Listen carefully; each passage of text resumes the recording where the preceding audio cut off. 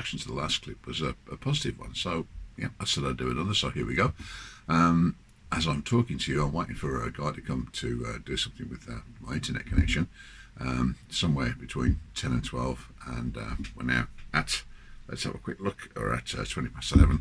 So I thought I'd get started on this, but I can tell you what, you know when he's going to come, don't you? So, all right, if we do get interrupted, we get interrupted.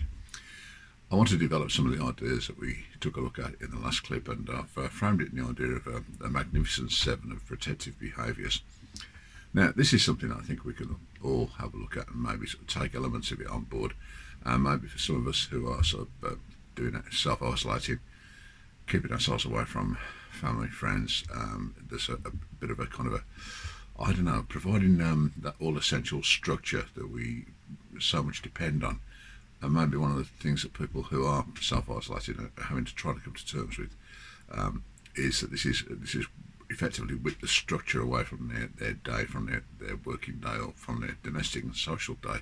Things are very different, and it's not quite like a holiday, which is something we've volunteered for and quite a lot of fun. This is in a very different place indeed.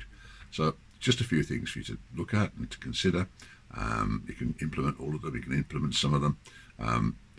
Good luck with it, and as ever, please feel free to get back in touch with us. I want to re-emphasise, this isn't about sending out invoices, it's not about earning money, it's about maybe providing yourself or others who you'd like to share the resource with a little bit of a kind of a reference point to think, actually, we can do it that way. So hopefully you will have restricted your news diet, that you maybe are doing that 3 times a day, and now we're ready to move on to a slightly more structured way of looking at how we're spending our time, with 1 or 2 ideas here that I hope will carry you forward through the coming days and weeks. Thank you.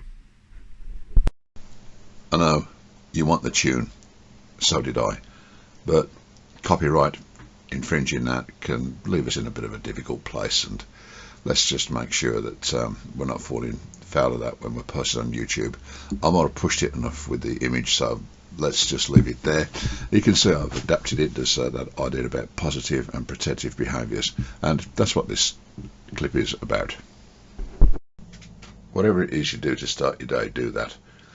So if it is get up, shower, take any medication that you use and get dressed, do that.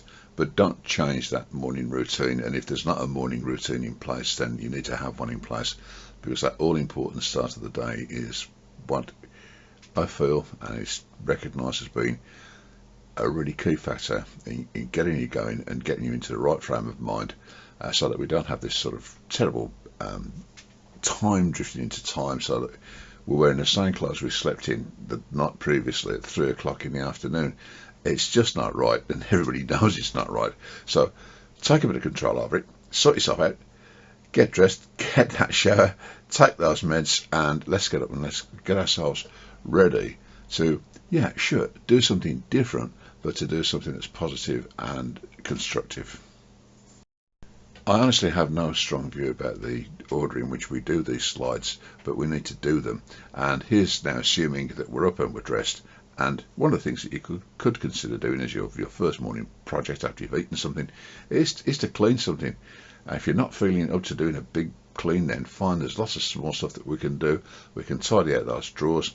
I don't know if you're anything like me, but I have a habit of putting things down in places and think, oh, I'll tidy that away later. And honestly, I have now reached Armageddon point of later. So this is one of the things that I'm going to be taking a bit of control over. Look, clean the floor, clean the car, clean the windows, sort out that cupboard under the stairs.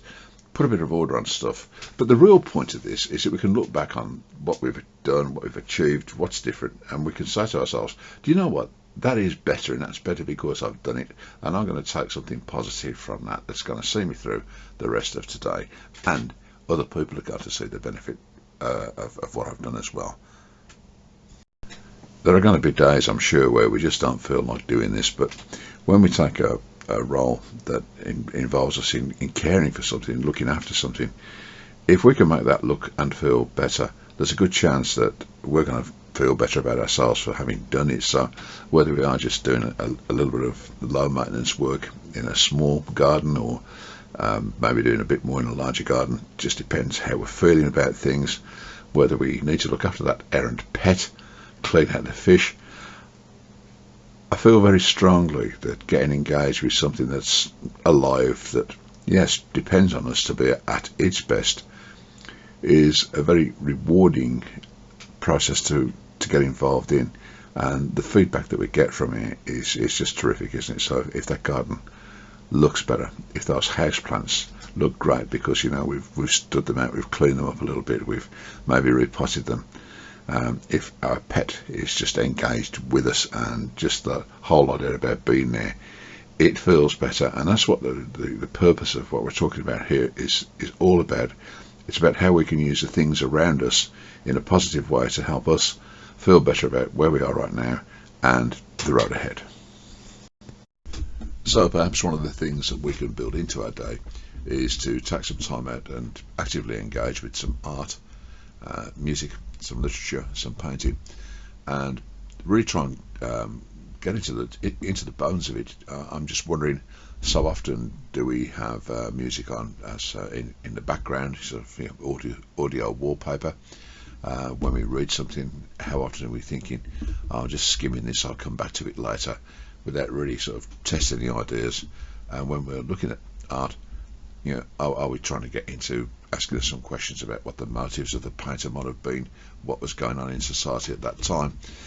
I'm not for a minute suggesting that we try to develop this, you know, great pseudo intellectual expertise about art, literature, and music, but it is a good point maybe to put in time to push ourselves just a little bit further and ask ourselves a few questions.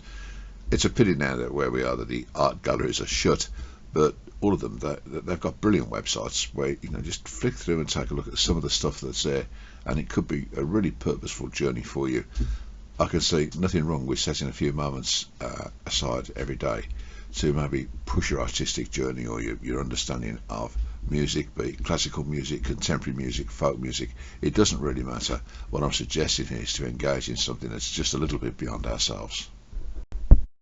Since preparing some of the ideas for this, we're already moving a long way in the right direction here, aren't we?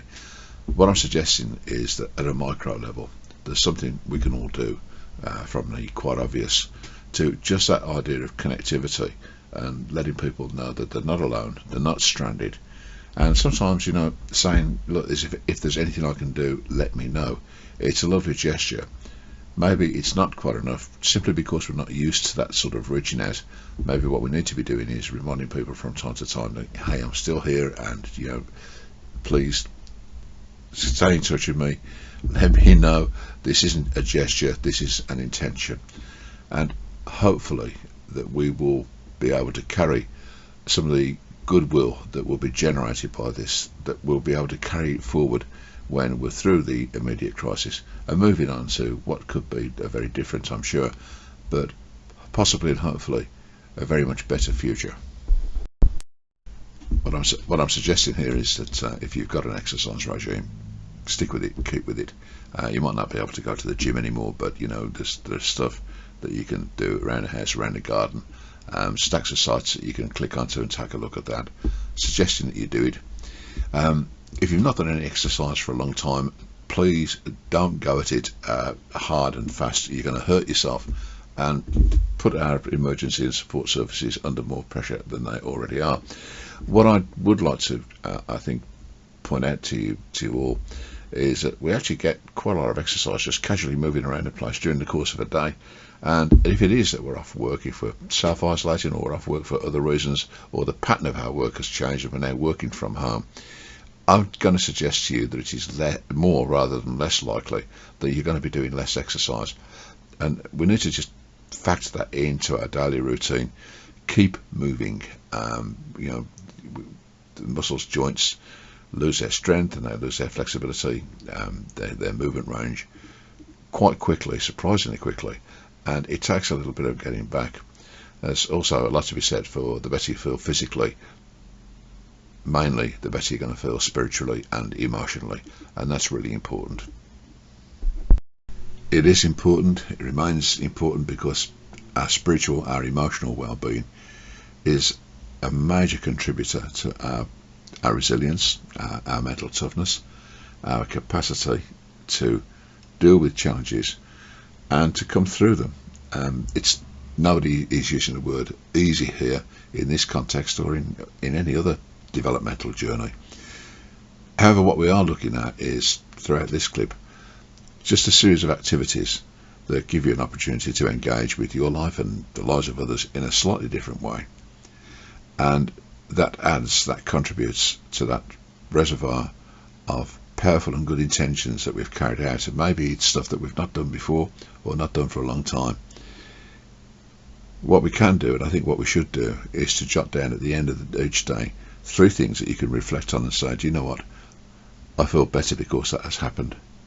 And they make an enormous contribution not only to our self-talk, to our inner dialogue, but also to the ways in which we relate to and engage with other people, and who knows what really powerful and positive openings they can create. So that brings us to the end of this particular presentation. I really hope you've enjoyed it. Contact details follow, and for all of you, please journey well and stay safe. Thank you. Bye now.